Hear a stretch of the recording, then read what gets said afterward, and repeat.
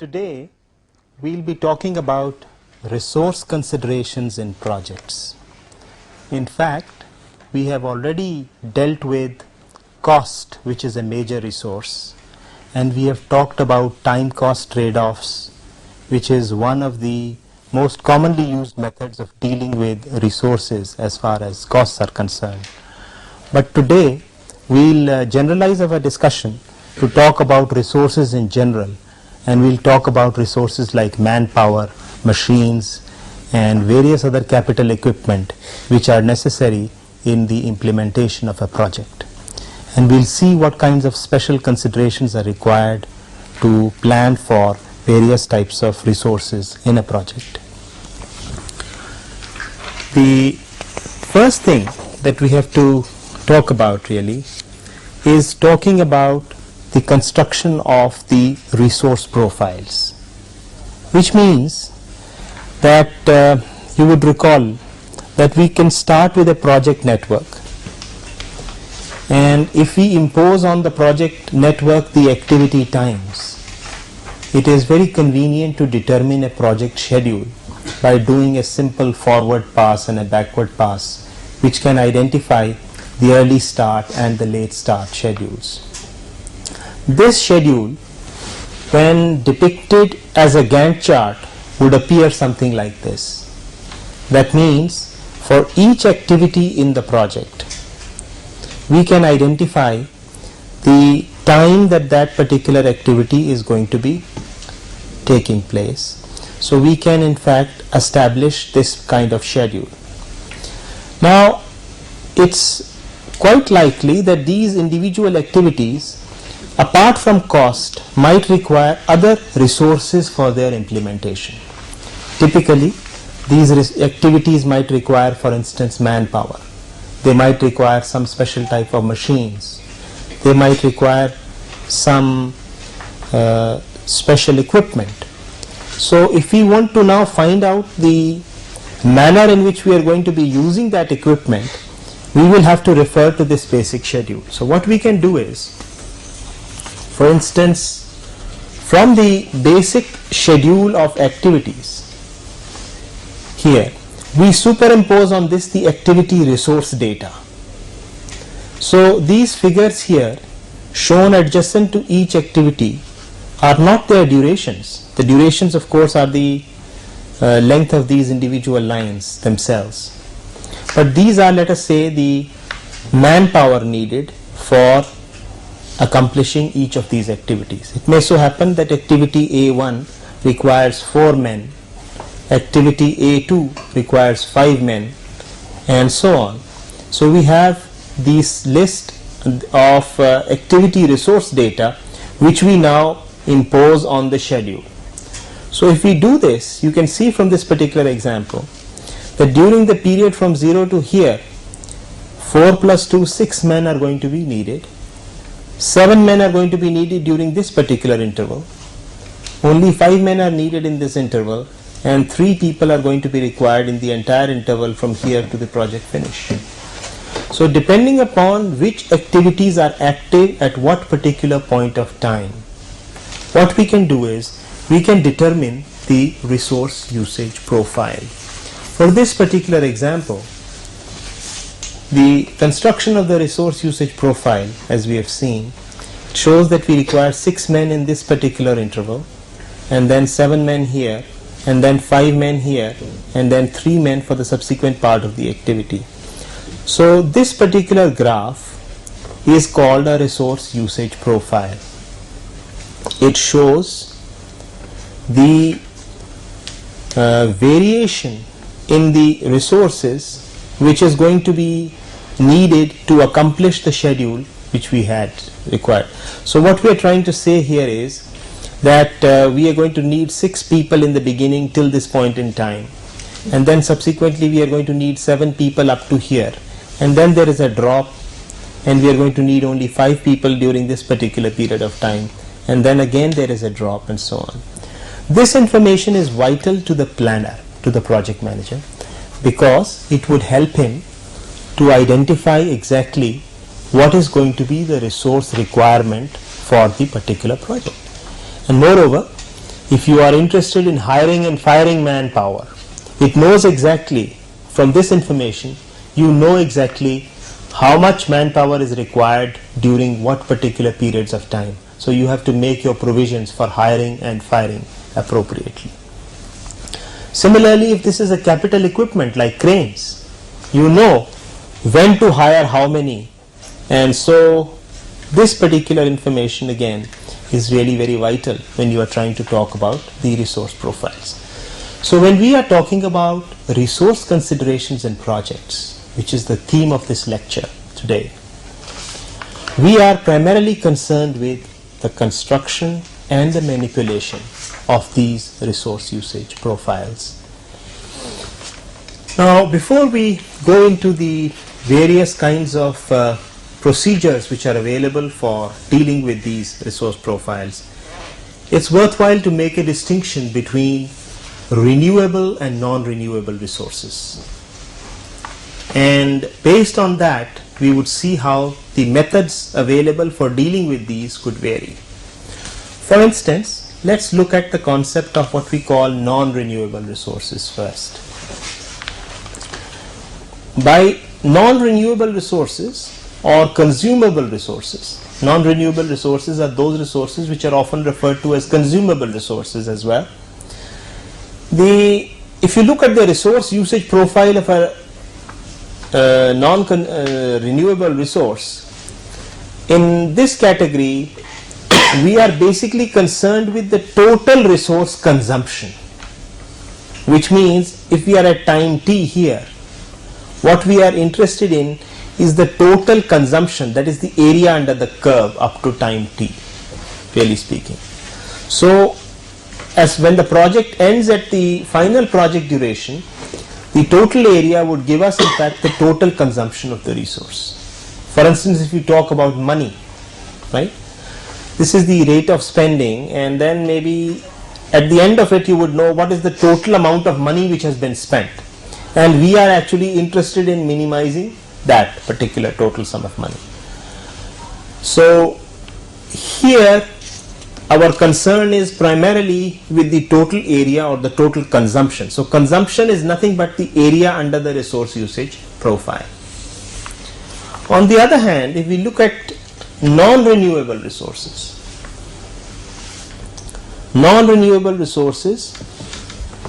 here the concern is with the total resource usage at each point of time. That means we are worried about what is the total consumption at this total resource usage here, not the total consumption which has taken place here. Resource consumption is the integral of the resource usage in that sense. But here we are concerned with, for instance, we could be concerned with what is the peak, or what is the minimum resource consumption, or how many dips and how many crests there are in the resource usage profile, and things of this nature. So if you look at the methods available for handling these different kinds of resources, for the non-renewable resource category, typical examples of which are money. Money is a non-renewable resource. I mean, it's non-renewable in the sense that if I have a 100 rupee note today and if I spend it, that 100 rupee note is not available to me tomorrow. I have to have a new 100 rupee note to basically, so in that sense it is consumable. On the other hand, manpower is a renewable resource. If I have one person working with me today, I use him today, I can use him again tomorrow. So in that sense it's a renewable resource. It doesn't get consumed, right? But it all depends upon how you define it. For instance, if you define your resource as man days, that becomes a consumable resource. But availability of manpower is a renewable resource in that sense of the term. So looking at examples here, money, energy, fuel, raw materials are all instances of non-renewable resources. And in fact, these resources are best handled by time cost trade-offs. That means the objective here is to minimize the total consumption of non-renewable resources over the feasible range of project durations. That means whenever we are dealing with consumable resources or non-renewable resources, those which get consumed, which is like cost, we resort to procedures like time cost trade-offs, which are used for basically trying to find out the minimum cost schedule, or trying to find out the best trade-off between the project duration and the project time, this kind of thing. And we are already familiar with these procedures. However, when we talk about renewable resources and projects, and that is our major concern in this lecture, we are actually talking about resources like, as I said, manpower or power or machines or fuel flow. All these resources are basically handled through three different mechanisms. The simplest way of handling these resources is through what we call resource aggregation. You see, aggregation simply means, as the name suggests, is the process of working out the resource usage profile from the schedule. Recall the example that we just did. We had the schedule for a project. If you superimpose on that schedule the resource requirements for individual activities, then you would have the aggregation of resources and you would be able to work out the resource usage profile. That process is called resource aggregation. So resource aggregation is actually simply trying to find out what are the resource requirements for a particular schedule. It does not in any way try to influence those resource requirements. Right? So it's simply like taking a snapshot of a particular schedule. On the other hand, resource leveling is more detailed in the sense that it looks at the resource profile, and you might not find the resource profile very satisfactory. So it might want to change the schedule to get a better, more acceptable resource profile. So essentially that is the process of resource leveling. And limited resource allocation is the process of trying to conform to resource availabilities and trying to minimize the project duration. Is that? So this is, let's look at these things in a little greater detail. So when we talk about resource aggregation, as we indicated, the objective is to construct the resource usage profiles from the project schedule and the activity resource data. These are the two major inputs that you need for constructing the aggregated resource profile. So the result of this would be that you would have the manner in which the resource requirements vary for that particular schedule. This would be a valuable input to the project manager, obviously, for planning both the procurement and the deployment of his resources. Now suppose once we have the aggregated profile, suppose that our original profile is the one which is shown here in this dotted line. We might find that this is a high during this particular period, and we are not really very satisfied with this high. So what we might want to do is we might want to smoothen the resource usage profiles. How can we do that? We can do that by shifting slack jobs without worsening the project duration. That is, the project duration here is fixed, and therefore during this particular period when we have the peak, we can examine which are the jobs which are currently active from the schedule, and those jobs which have slacks, those could be shifted either this way or this way, and this might mean that some jobs are shifted here. So this particular revised profile that we obtain from the original resource usage profile by shifting certain slack jobs is now something like this. It's more level. It has better characteristics than the original profile, and this is how we obtain it. Notice that in this process we have not allowed the project duration to increase at all. Okay. So there are procedures available for resource leveling. there are both analytical procedures as well as heuristic procedures. But the difficulty with the analytical procedures is that they are capable of handling only a small number of jobs or very small projects, and for real life projects it is not possible to do resource leveling for a large project which involves hundreds of activities. For this reason, generally resort is made to heuristic procedures. So although heuristic procedures do not guarantee optimal solutions, but nevertheless they are practical procedures which can be used for this particular situation. During the course of today's lecture, we will look at two of the heuristic procedures which are commonly used for resource leveling.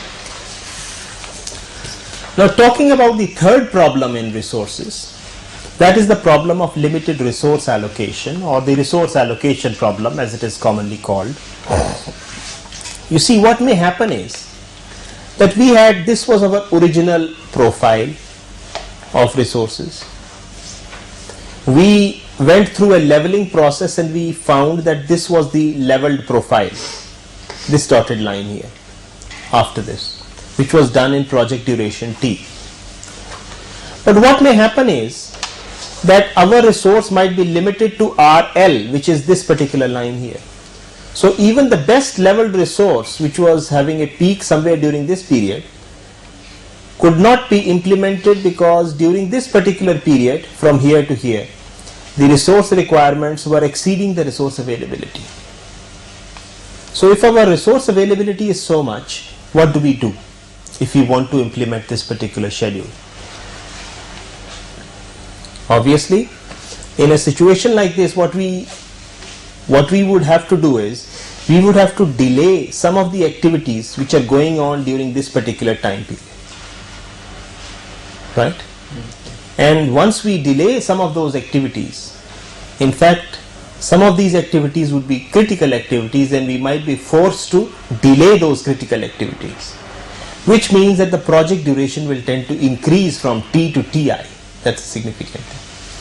So what we try to do is, we try to basically reschedule jobs in such a manner that the resource profile is such that all the peak resource requirements are falling within our limited resource availability.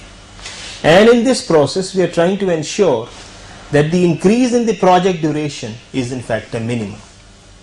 You can imagine something like this, that when you talk about resource leveling, you are holding this duration here, as it were, with a plunger and trying to push it from the top without allowing the plunger to go to the right.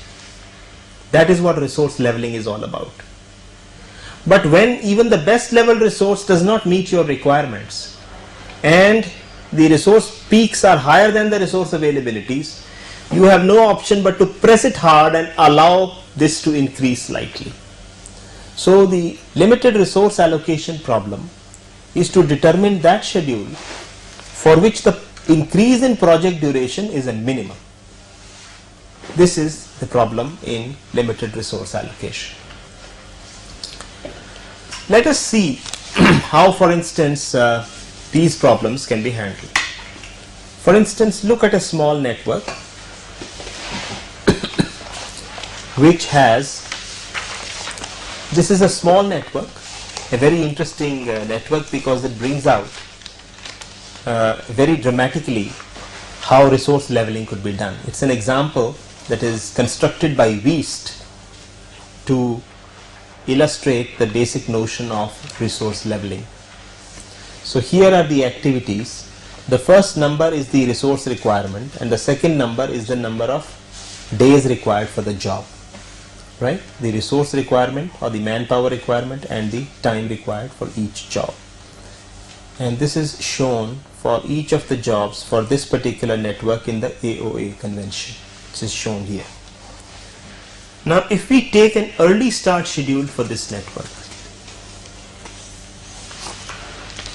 see the early start schedule for this network is in fact shown in this particular graph.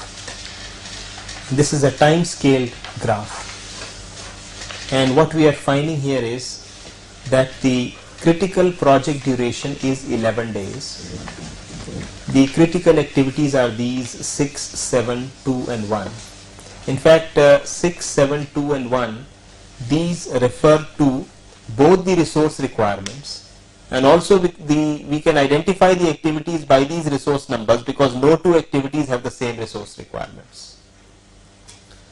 So if we take the early start schedule, then what you find here is, if we sum up period by period, that is we do a resource aggregation exercise, we find that in this first period, job number 4, 6, 3 and 9 are all active. So the total resource requirement is 22. 4 plus 6 is 10 plus 3 13 plus 9 is 22. Similarly, for each period we could find out that in this period, for instance, the total resource requirement is 22. Similarly, in this period the total resource requirement is now 24. So that the peak resource requirement of 24 occurs between the second and the third day for the early start schedule. And if we were to implement this schedule, we would need a total of 24 people to be able to implement this particular early start schedule, right? This early start schedule, when shown on a typical resource usage graph, looks like this. It shows that there is a peak of 22 people during the first 2 days, then a peak of 24 people, and then it drops down, and then you have the resource fluctuations. There's only one man needed from the days from 7 to 11 as far as this particular project is concerned. So it's a highly imbalanced kind of a profile, because otherwise also in an early start schedule you expect that most of the resources are going to be consumed early, and during the later half you are not using many of the resources. So this is what is typical. For this particular example, if we look at the best leveled schedule, notice what we have done. The critical path remains the same. The activities here are 6, 7, 2 and 1. The best level schedule will have to be worked out by some heuristic or by some procedure maybe. But in this case you see that the activity 9, which was earlier being done at the earliest, is now being shifted to the latest position. This activity continues to be done at the earliest position, whereas these two activities 3 and 8 have been shifted so that they are done at their latest positions. So it is some combination, and what you find as a consequence is that the number of men required for on each day is 10, 10, 10, 10, 10, 10 throughout. Now this is obviously, in any practical resource leveling exercise you may not be as fortunate as this, because this, as I told you, is a specially constructed example by Wiest which shows this. So the best leveled resource profile in this case, corresponding to this schedule, it's a perfectly leveled resource profile, and 10 men are required throughout the time duration of 11 days for this particular project. So this essentially is the concept of resource leveling. Whereas corresponding to the early start schedule, we were requiring a total of 24 men to implement the job. Here the same duration can be achieved with only 10 men if we have properly leveled our resource requirements, and it's a much better schedule because all these people are not are being utilized uniformly throughout the project.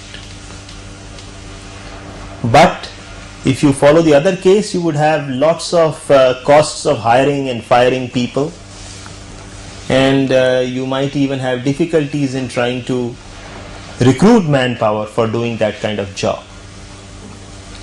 especially if the resources that you are talking about are skilled resources, like skilled engineering manpower or skilled managerial manpower, then their availability is typically limited and it becomes very difficult to find or implement a schedule which has a lot of fluctuation in the resource profile. Now, from this example, we will today look at some procedures for resource leveling and defer the discussion on resource allocation to the next lecture.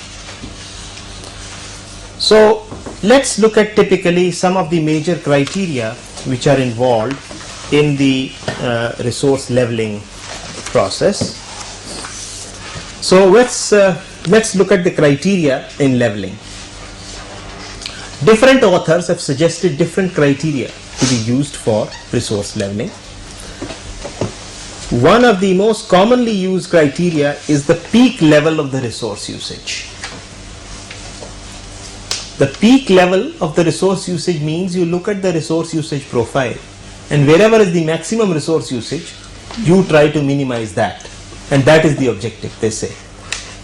In fact, there is a trigger level setting heuristic of WEAST, which we will discuss shortly, that tries to look at this particular criterion and bases its entire computation with the objective of minimizing the peak. However, what is the major defect with this criterion of the peak? The major defect is really that when you have the entire resource profile, you are looking at only the worst part of it, one particular area where it's worst. And rather than trying to develop an objective function for the entire resource profile, see, what can happen is that there might be just one resource, one peak, and the other resource profile might be acceptable to us. So just for the sake of one peak, it might not be worthwhile to penalize that particular resource profile unnecessarily. So it has been suggested that maybe a criterion like this, the sum of the squares of the resource usages, could be a very good criterion to find out how good the resource profile is. Because obviously, for all schedules, the total area under the resource usage curve is a constant. It's like when work is scheduled, the total work done has to be the same. But if there are imbalances, it's those imbalances that we are trying to talk about, and the sum of the squares of the resource usages, if we try to minimize this would be a good idea. Maybe to give you some intuitive concept of this particular resource, for instance, suppose that we have a resource usage for 2 days, which is, let's say, of the order of 4 men are consumed on the first day and 4 are consumed on the next day, right? This is the best possible thing which can happen. It's perfectly balanced, right? Let's try to increase the amount of imbalance in this. What can happen is 3 men here, 5 men here, 2 men here, 6 men here, 1 man here, 7 men here, and in the worst case you have 0 men here and 8 men here. It could be distributed either this way or that way, it doesn't really matter. So what you really see is that if you look at the sum of the squares, in this case you will have 16 plus 16, here you will have 9 plus 25, here you will have 4 plus 36, here you will have 1 plus 49, here you will have 0 plus 64. So you find really that the sum of squares is minimum and is equal to 32 when this is best balanced, which is 4, 4. And it is worst, it is equal to 64 when it is the worst situation, when there is no man operating here and all the 8 people are here. And in between you find that from 64 to 50 to 40, 40 here, 50 here, 34 here. So there is a progressive decrease. So this is the intuitive concept behind using the sum of the squares as a criterion to measure the effectiveness. So if you have a large resource usage profile, you have a profile, for instance, which reads something like this. You have all kinds of fluctuations in this. What you can do is you can find out the resource usage on the first day, square, on the second day, square, and so on. If this runs up to n capital days, so this entire thing would give us a measure of the degree of balance of this particular profile. Incidentally, this is the criterion which has been used by Burgess and Killebrew in using their particular algorithm. So broadly speaking, let's see the logic of the workload smoothing heuristic due to Levy, Thompson and Wiest, which was proposed very early and which has been patronized by Wiest. The basic procedure can be described very simply. You start from an early start schedule, as we do earlier.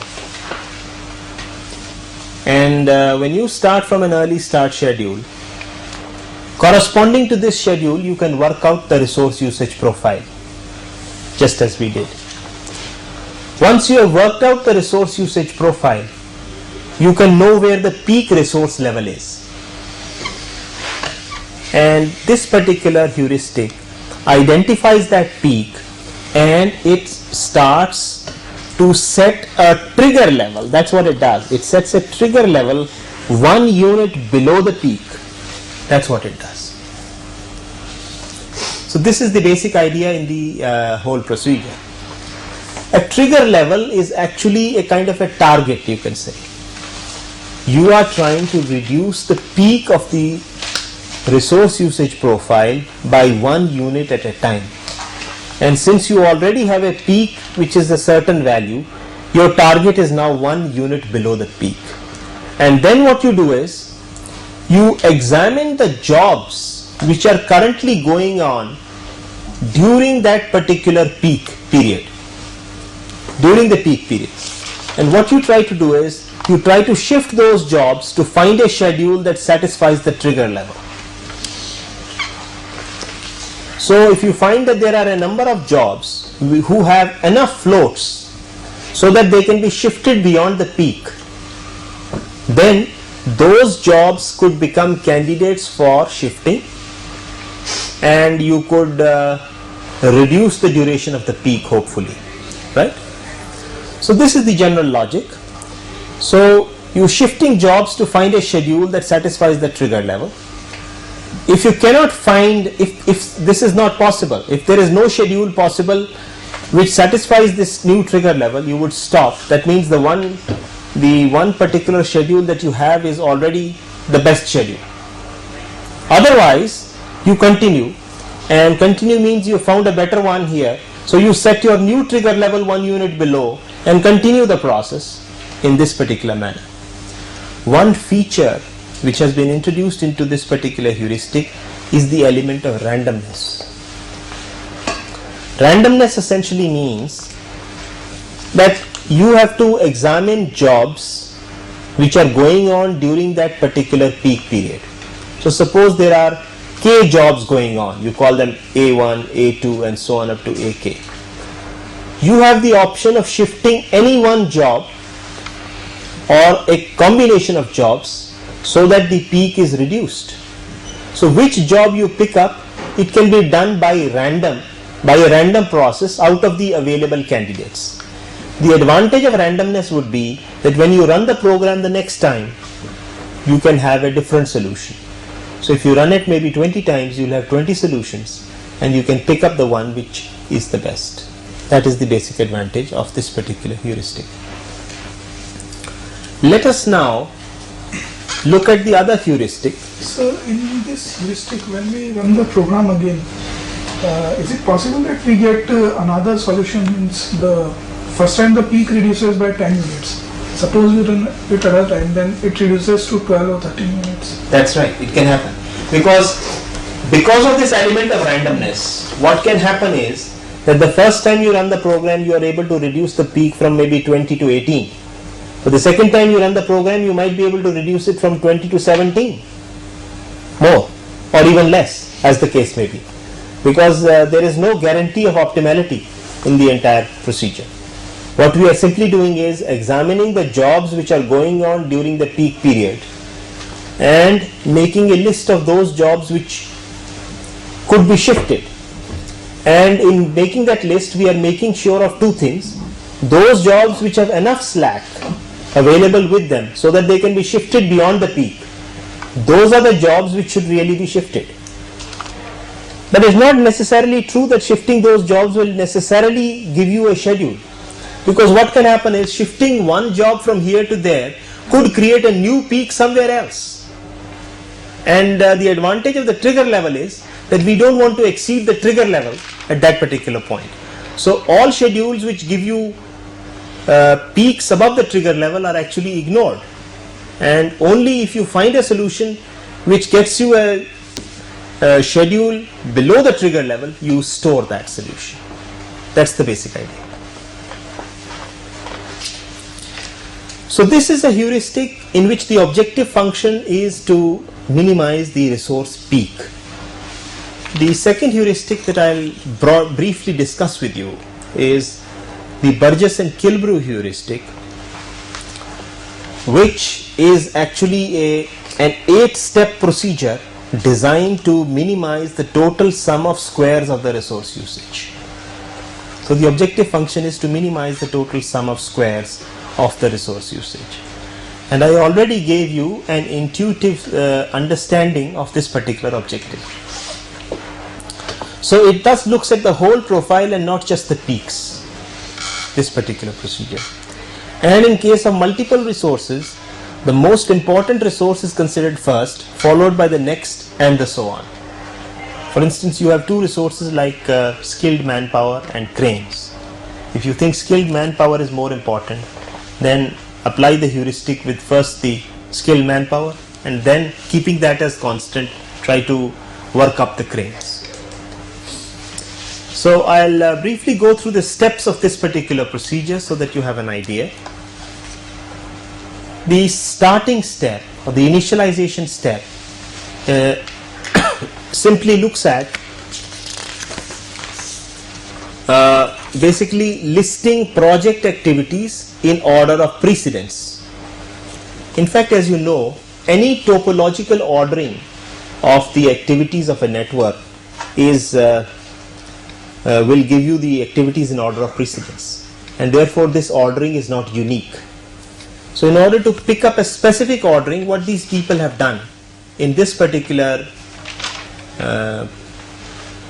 heuristic is that they say that you arrange the activities in order of precedence by arranging the arrowhead numbers in ascending order. So each activity will have ij. J is the arrowhead number. So you arrange the activities in arrowhead number, and when two or more activities have the same head number, that means when there are a number of activities culminating into the same node, then list them so that the arrow tail numbers are also in ascending order. So basically, by following this numbering scheme, you have in fact a unique listing of the jobs for a given node numbering scheme. Of course, if you change the node numbering scheme, you will have a different order, right? So then you add to this list the following information: the duration of the job, the early start, and the slack values. What is the total float for each activity? That's the information that you would require. What is then done is, you have a list of the activities in the order of precedence. In this list, you start from the bottom. So what it says is, look up the last job first, starting with the last activity, the one at the bottom of the diagram. Schedule it to give the lowest total sum of squares of resource requirements for each activity, each unit. You look up the last activity. The last activity can be slided this way or that way depending upon its float. So we pick up a position for that activity in that slot where the total sum of squares of the resource requirements is minimized, and then we fix that activity there. Another important thing is that if more than one schedule gives the same total sum of squares, then schedule the activity as late as possible to get as much slack as possible in all preceding activities. So that's the logic. So essentially speaking, it is just a process of shifting each activity. When we shift the activity, we can keep it either at the earliest value, or we can shift it by 1 day, or we can shift it by 2 days, or at most we can shift it by the amount of total float for that activity. So you compute for each of these what is the total sum of squares of the resource usage, and wherever it is minimum, freeze the activity there. And if there are possibilities that either here or a later value gives you the same sum of squares, keep that activity as late as possible, so that the earlier activities can then have more of float, right? Step 3 then says that the last activity which we have just considered, keep it fixed and repeat the earlier step, step 2, on the next to the last activity in the network, taking advantage of any slack that may have been made available to it by the rescheduling in step 2. So once you have taken the previous activity and have fixed it, the other activity can now be slided up to that point. So find out now for the next activity as to where it can go, and again try to fix it so that the sum of the squares is minimized for that particular activity. That's the basic logic. And basically we continue this step. So step 4 of the algorithm says that continue step 3 until the first activity in the list has been considered. This completes the first rescheduling cycle. So this is basically one complete iteration of the algorithm. So what you do is you start with the early start schedule, you have a Gantt chart of the activities, start from the lowermost activity, shift it depending upon its float, and freeze it where the total sum of squares is minimum. Then take the next one and again do the same thing, and the next one do the same thing, and the next one do the same thing, till you come to the top of the list, which is the first activity, and then this completes one rescheduling cycle. So each time the sum of square changes. That's right. Each time you shift an activity, the sum of the squares of the resource usage will change, because each activity is consuming some resource. Yes. So shifting it would mean that its position changes, so the resource usage and the resource requirements will keep on changing. Not only this, in fact with additional rescheduling cycles also the sum of the squares could change. Why? Because we are taking one activity at a time. We have fixed up this activity and then we change this activity. It's quite likely that when we do this again, there could be a further change in sum of squares because of the changes that have now been made globally. Right? We are handling one activity at a time essentially for ease of manipulation. Sir, is it necessary that we must shift complete activity? Can we break up activities? No, we take up each activity and we shift the activity as a block. The activity is shifted depending upon its total float by 1 day or 2 days or 3 days.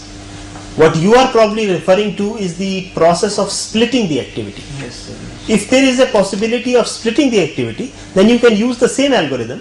What you can do is the original activity can now be modeled as 2 activities in series, and each one of them can now retain their structure. So then they would have the flexibility of being split. So this is possible using the same algorithm. The next step in this particular algorithm would be to carry out additional rescheduling cycle. That means from normally most of the changes take place in the first rescheduling cycle. Second rescheduling cycle, very few changes take place, and typically in the third rescheduling cycle there are no changes. This is what is the normal thing. So carry out additional rescheduling cycles by repeating steps 2 through 4 until no further reduction in the total sum of squares of the resource requirements is possible, noting that only movement of an activity to the right, that is scheduled later, is permissible under this scheme. You see, since we have started with an early start schedule, you are only investigating the possibility of shifting the activities to the right and not to the back to the left. So it's a one directional search.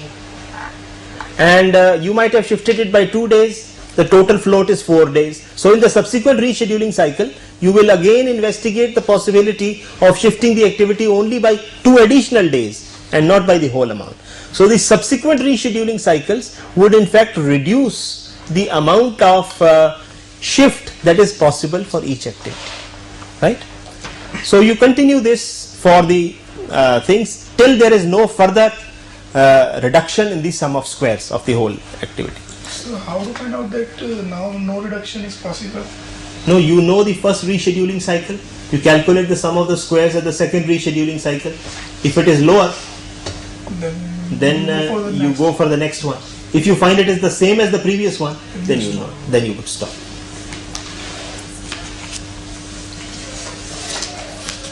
So if this resource is particularly critical, then repeat the whole process, he says, on a different ordering of the activities, which must, of course, must list the activities in order of precedence. Okay? We started off with one particular precedence order. You know that there are many topological orderings. You can start with some other topological ordering and do the same thing. And since it's a heuristic procedure, you might get a better solution. That's the only thing. He says if this resource is critical, then you might as well do it for a couple of different topological orderings, and there is a possibility that you might get. So in previous we selecting the last activity. Now we can select middle one or anyone. No. The starting procedure would be the same. The last activity you would take and go through this from the last to the first. But the sequence of placement of activities is topological order. Yes. So the last activity might not be the last one. It might be the last but one other activity. I mean, if there are 3 last activities in a project which are no successors, then there could be 3. They could be in 3 different sequences. So that possibility can arise, right? Yes. Step 7 of this particular procedure specifies the choose the best schedule of those obtained in steps 5 and 6. Right? That is when you tried this. And the final step says that having obtained a schedule, you can make some minor adjustments to it manually. Make final adjustments to the schedule chosen in step 7, taking into account factors not considered in the basic scheduling procedure. So that means if there are any practical constraints which you want to incorporate, those could be incorporated in the schedule and manually modify it before you take. Just to give you an example of how this particular schedule works, here is a small network which has 9 nodes as shown here. Nodes are numbered from 0, 1, 2, 3, 4, 5, 6, 7 and 8 as shown here. The number here shows you the duration of the activity, and these 2 numbers show you that there are 2 resources. This one is manpower and this one is the number of cranes, let's say, right? Number of material handling equipment needed for this particular activity. So some activities require no men here but some cranes. Some require 3 skilled men and no cranes. So this is manpower. There could be some activities which require both. So we are talking of 2 types of resources. So if you carry out a forward pass in this particular network with these time durations, you get these earliest occurrence times. If you carry out a backward pass, you have these times which are shown in these triangles here. These are the latest occurrence times for the nodes. And you can easily see that this is the critical path for this particular network. That means it has a duration of 15 days, and these are the resource requirements for this particular activity. Now, for this particular network, the Burgess-Kilbrew procedure, which you just applied, was applied, and I'll just show you the final results in terms of what was observed. Really speaking, what happened was that before and after, we started with an initial early start schedule. The initial resource profile for resource A was something like this. So you find this is for 15 days like this. These are the resource requirements on 15 days. The peak was occurring on the second day and the peak was 14. Whereas the final resource A profile after this procedure was something like this. So that the peak now was only 9 days and it was occurring on these 3 days here. So there was a substantial reduction in both the peak and the total sum of squares for this particular. Similarly, for the resource B, the initial resource B profile was something like this for that network. The resource peak was 8 days, occurring on these 4 days. After the solution was applied, the peak resource day was still 8, but of course the duration had gone down from 4 days to just one particular day, and this was the consumption of resources as far as final resource B was concerned. And for this network, So first we use this method for resource A and after it resource B. you do it for both, yes, but you take it for resource A, right? First you use it for resource A because resource A was important, and after having done that, you can do it for resource B. So sir, for doing resource B, it may change the position of resource A. You will not make those changes which result in worsening of the resource profile of A, right? In this particular example, the initial sum of squares for resource A was 738. It was brought down to 626, and for resource B it was brought down from 416 to 375. So this was the final result for this particular problem. So this gives you an idea of how these two heuristics, namely the trigger level setting heuristic of Wiest, which is primarily aimed at bringing down the peak, and the Burgess and Kilbrew heuristic, which is looking at the entire resource usage profile, can be used in practice. In order to summarize what we have tried to do today, we have seen that we have discussed the notion of renewable and non-renewable resources essentially in this particular lecture. We have seen that time cost trade-offs are a legitimate means to handle non-renewable resources like costs and things like that. Renewable resources like manpower and capital equipment can be handled by one of 3 possible approaches, which we have seen. These 3 approaches are the approach of resource aggregation, which is merely taking a snapshot and trying to find out what are the requirements of manpower for a given schedule. Then, if you are not satisfied with that profile, you can resort to leveling and bring down the hiring and firing costs and have a more balanced leveled profile.